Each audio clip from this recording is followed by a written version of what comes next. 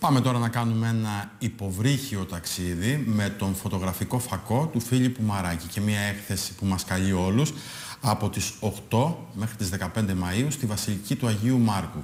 Πάμε να γνωρίσουμε λοιπόν τον Φίλιππο Μαράκη. Κύριε Μαράκη, καλησπέρα σας, καλώς ορίσατε. Καλησπέρα, καλώς σας βρήκα. Η αλήθεια είναι ότι ακούγοντας κανείς υποβρύχια φωτογραφία, φαντάζεται ότι κάτι τέτοιο δεν είναι καθόλου εύκολο. Είναι μια μεγάλη πρόκληση. Σίγουρα τίποτα δεν είναι εύκολο και τίποτα δεν είναι δύσκολο.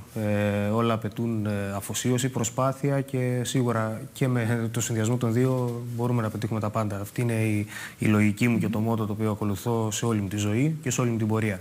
Τι είναι εκείνο το οποίο σας κέρδισε όμως στην υποβρύχια φωτογραφία? Καταρχήν με κέρδισε γενικότερα η φωτογραφία και η κατάδυση. Οπότε ουσιαστικά ήταν ένα κομμάτι το οποίο συνδύασα. Δύο χόμπι που αγαπάτε και τα συνδυάσατε. Δύο πάθη θα έλεγα, όχι απλά χόμπι τα οποία είχα, τα συνδύασα και έχουμε αυτό το αποτέλεσμα. Δηλαδή ήταν ουσιαστικά. Θα δούμε κάποιες φωτογραφίες δικές σας. Θα ήθελα να ρωτήσω καταρχήν οι άνθρωποι που θα έρθουν από τις 8 μέχρι τις 15 Μαΐου για να δουν την δική σας φωτογραφική προσέγγιση του βυθού. Θα δουν φωτογραφίες από τις θάλασσες της Ελλάδος, έχετε ταξιδέψει και στο εξωτερικό? Οι φωτογραφίες είναι αποκλειστικά από τις θάλασσες της Ελλάδος και το όνομα της έκθεσης, άλλωστε ο τίτλος της έκθεσης είναι «Η δική μου Ελλάδα». Είναι όλες οι φωτογραφίες φωτογραφημένες σε ελληνικούς βυθούς και μόνο, οπότε ουσιαστικά προσπαθώ μέσω της φωτογραφίας να περάσω τη δική μου οπτική, αυτό που εγώ βλέπω κάθε φορά που καταδύομαι, να μπορώ να το μοιραστώ με τον κόσμο. Βλέποντας τις φωτογραφίες, διαπιστώνω ότι τελικά και οι ελληνικές θάλασσες έχουν χρώμα τροπικό σε κάποιες περιπτώσεις. Σαφέστατα, και μάλιστα είναι ένα κεφάλαιο το οποίο έχω πει αρκετές φορές, το οποίο μπορούμε να κάνουμε επενδύσεις πάνω σε αυτό. Δεν ξέρω αν το γνωρίζετε, υπάρχουν κράτη το οποίο βασίζεται ο τουρισμός πάνω στο κομμάτι των καταδύσεων, όπως ας πούμε είναι η Αίγυπτος με την Ερυθρά θάλασσα. Σας διακόψω λίγο. Βλέπουμε αυτή τη φωτογραφία. Ναι.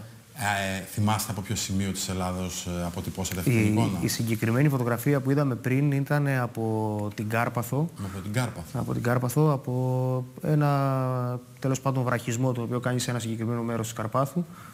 Και από ό,τι είδατε κι εσείς και τα χρώματα δεν υπολείπονται σε κάτι. Επειδή εμείς βλέπουμε ένα μικρό μόλις δείγμα της δουλειάς που έχετε κάνει, της εξαιρετικής δουλειάς, στην έκθεση που θα φιλοξενηθεί στη Βασιλική του Αγίου Μάρκου από τις 8 στις 15 Μαΐου, τι θα έχει ο κόσμος τη δυνατότητα να δει, πόσες φωτογραφίες έχετε συλλέξει? Ναι, θα εκτεθούν 40 φωτογραφίες, 40 έργα, τα οποία όπως είπα και πριν είναι αποκλειστικά εικόνες από τους ελληνικούς βυθούς και θα είναι από φωτογραφίες μακροφωτογραφία, δηλαδή από οργανισμούς οι οποίοι ενδεχομένως να μην φαίνονται και τόσο εύκολα με γυμνό μάτι, όπως είδατε και στη φωτογραφία την προηγούμενη δηλαδή, μέχρι και φωτογραφίες wide angle, δηλαδή ευρυγόνιες, σαν θαλάσσια τοπία, υποθαλάσσια τοπία. Μπορούμε να βλέπουμε φωτογραφίες, να ζητήσουμε από τον Δημήτρη τον Φραγκεδουλάκη, τον σκηνοθέτη μας, να βλέπουμε τις φωτογραφίες και να μας λέτε τι είναι αυτό που βλέπουμε. Αυτός που θα έρθει αυτό το διάστημα θα μπορεί να πληροφορηθεί και για τα ψάρια που βλέπει στη φωτογραφία? Έχετε ζητήσει, φαντάζομαι, και την βοήθεια από ανθρώπους που γνωρίζουν περισσότερα πράγματα από το βυθό. Σαφέστατα. Κάθε έργο, κάθε φωτογραφία θα έχει από κάτω την επιστημονική ονομασία των ειδών ή του είδους.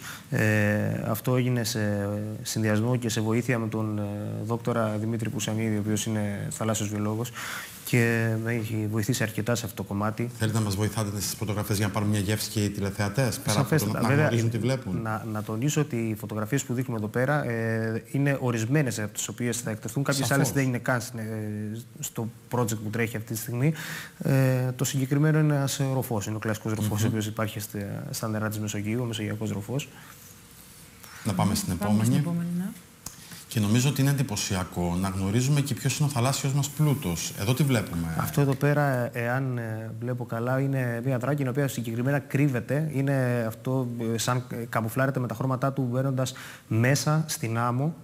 Και τώρα, στη συγκεκριμένη φωτογραφία, όπως την βλέπουμε, είναι σχεδόν έξω. Δηλαδή, ορισμένες φορές δεν τη βλέπουμε καν, φαίνονται μόνο τα μάτια της. Ναι, έχει τα χρώματα του βυθού.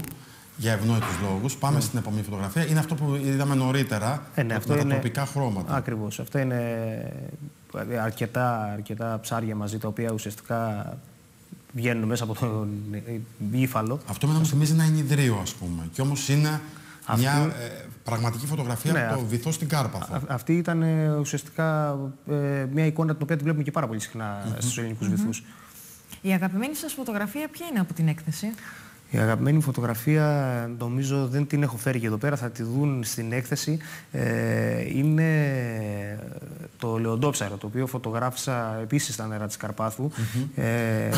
Και ο λόγος δεν είναι άλλος από το ότι ουσιαστικά είναι ένα ψάρι εισβολέας, γιατί δεν ζει κανονικά στα νερά στη Μεσόγειο. Έχει έρθει από την Ερυθρά Θάλασσα μέσω της διόρυγας του Σουέζ. Οπότε και είναι πάρα πολύ σπάνιο. Συγκεκριμένα κάναμε και ένα άρθρο μέσω του επιστημονικού περιοδικού του Ελληνικού Κέντρου Θαλασσίων Ερευνών, πάλι με τη βοήθεια του κ. Πουτσανίδη. Και είναι μια πολύ ιδιαίτερη φωτογραφία για μένα. Φωτογραφίσατε και λαγοκέφαλους? Έχουμε φωτογραφίσει και λαγοκέφαλους. Ναι. Και είναι πραγματικότητα αυτό που λένε ότι τους βρίσκουμε παντού πια? Δυστυχώς ναι. Νομίζω πάντως ότι η έκθεση αυτή απευθύνεται και σε αυτούς που αγαπούν τη φωτογραφία, αλλά και σε αυτούς που αγαπούν το βυθό. Ακριβώς. Οπότε είναι ένα μεγάλο κοινό, έχω την αίσθηση. Σαφέστατα. Μπορεί κάποιος ο οποίος αγαπάει τη φωτογραφία να μην έχει τη δυνατότητα να έχει δει ποτέ το βυθό, ή κάποιος άλλος ο οποίος αγαπάει το κομμάτι κατάδυση να μπορεί να δει μέσω της δικής μου οπτικής, από τις φωτογραφίες μου, αυτό που και αυτός βλέπει. Πάντως, κύριε Μαράκη, βλέποντας τη φωτογραφία που θα δούμε τώρα, έχω την εντύπωση ότι σε αυτή τη φωτογραφία το συγκεκριμένο ψάρι είναι σαν να ποζάρει σε εσάς. Το συγκεκριμένο ψάρι πραγματικά φαίνεται παγωμένο μέσα στην εικόνα, αλλά ήταν σε μια πάρα πολύ γρήγορη κίνηση. Πέρασε απλά μπροστά μου. Ναι, είναι μια αγαπημένη φωτογραφία επίσης. Στόχος να φωτογραφίσετε και το βυθό σε άλλες χώρες? Σίγουρα.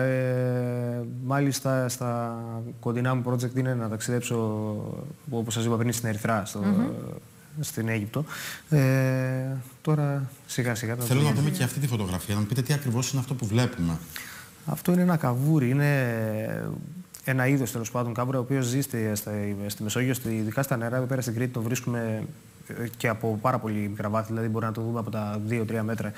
Και είναι πάρα πολύ συχνό. Είναι μια φωτογραφία μάκρο, όπως σας είπα πριν. Τα πιο μεγάλα ψάρια, είδατε ας πούμε και θαλάσσια θηλαστικά, είδατε δελφίνια, ας πούμε, έχετε αποτυπώσει με το φωτογραφικό σας φακό και δελφίνι? Όχι, δεν έχει συμβεί αυτό και είναι κάτι το οποίο θέλω. Δηλαδή, όπως και να το κάνεις σε αντίθεση με τη φωτογραφία, η υποβρύχια φωτογραφία θέλει και λίγο τύχη. Χωρίς να σημαίνει ότι και η φωτογραφία γενικότερα δεν χρειάζεται τύχη.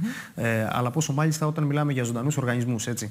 Αυτό που βλέπουμε τώρα, τι ακριβώς είναι? Αυτό είναι μια μέδουσα, φανταστείτε το μέγεθός της ενδεχομένως να είναι 1 εκατοστό, είναι μια μάκροφωτογραφία. Δηλαδή με γυμνό μάτι μπορεί να μην τη δει και κανείς. Για να την είδα, λογικά φαίνεται, αλλά όχι στο λεπτομέρεια που βλέπετε αυτή τη στιγμή. Είναι απίστευτο ότι έχετε καταφέρει μέσα, γιατί όλοι γνωρίζουμε πόσο γρήγορα κινούνται τα πράγματα μέσα στο βυθό, πόσο υπομονή θέλει για να φτιάξετε μια συλλογή και να τη δείξετε στον κόσμο. Ακριβώς. Είναι μια πραγματικά πρωτότυπη, και δεν το λέμε για να προσελκύσουμε τον κόσμο, είναι πραγματικά μια πρωτότυπη έκθεση φωτογραφίας, αυτό που θα δείτε από τις 8 μέχρι τις 15. Είναι ξεκάθαρο νομίζω, αυτό φαίνεται και στις φωτογραφίες που μας έχετε φέρει. Και να κλείσουμε και με αυτή τη φωτογραφία, να μας πείτε τι είναι. Αυτό είναι ένα γυμνοβράχιο. Η επιστημονική του ονομασία είναι Τζανόλους κρυστάτους. Ουσιαστικά, για να σας δώσω να καταλάβετε ακριβώς, ας πούμε ότι είναι ένας γυμνοσάλιαγκας της θάλασσας. Απλά... Εξαιρετικό. Ναι. Καλή επιτυχία, κύριε Μαράκη. Σας ευχαριστώ πάρα πολύ. Σας ευχαριστώ πάρα πολύ. Είναι φοβερή εμπειρία. Έχετε παντρέψει δύο χόμπι, δύο πάθη, όπως είπατε, την κατάδυση με τη φωτογραφία, και νομίζω ότι το αποτέλεσμα από αυτό το μικρό δείγμα που είδαμε είναι εξαιρετικό. Να είστε καλά. Πάρα πολύ. Να είστε σας ευχαριστούμε και να επαναλάβουμε φυσικά ότι θα έχετε την ευκαιρία να δείτε περισσότερες φωτογραφίες του κυρίου Μαράκη 8 με 15 Μαΐου στη Βασιλική του Αγίου Μάρκου. Και να πάμε σε κάτι διαφορετικό τώρα, να πάμε στο Ραγκρίς. Να πάμε στο Ραγκρίς. Έχουμε βάλει ένα στίχημα.